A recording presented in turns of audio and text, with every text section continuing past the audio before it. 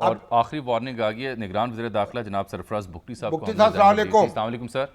وعلیکم السلام جامی صاحب اینڈ شامی صاحب، کیسے آپ یہ بتائیں، آپ کی دعا الحمدللہ. آج آپ نے بڑے ماشاءاللہ کڑکا کیا یہ کڑکا دکھایا ہے، کڑکے ہیں، گرجے ہیں، برسے ہیں کھڑا کیا یوں کہہ لیں. اور کھڑک کیا ہے.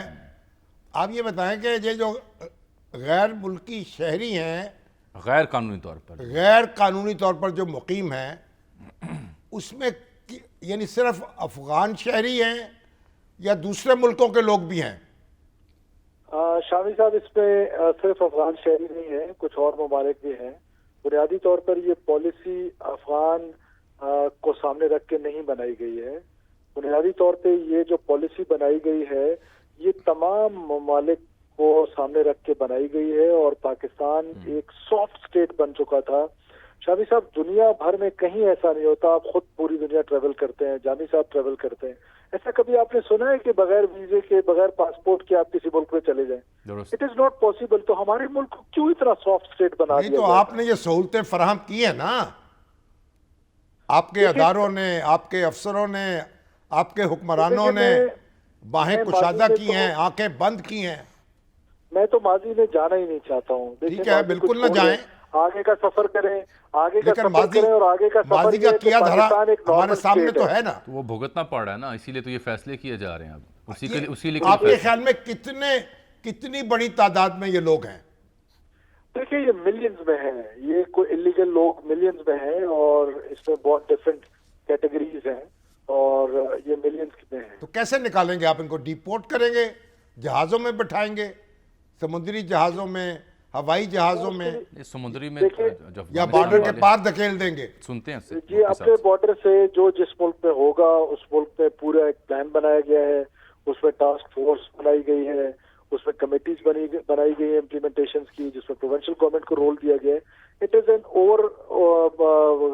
کہتے ہیں نا کہ ایک پوری پالیسی ہے، اس میں ایک کلیکٹیو سنرجی کے ساتھ تمام اداروں کو ایک جگہ پہ ملایا گیا ہے.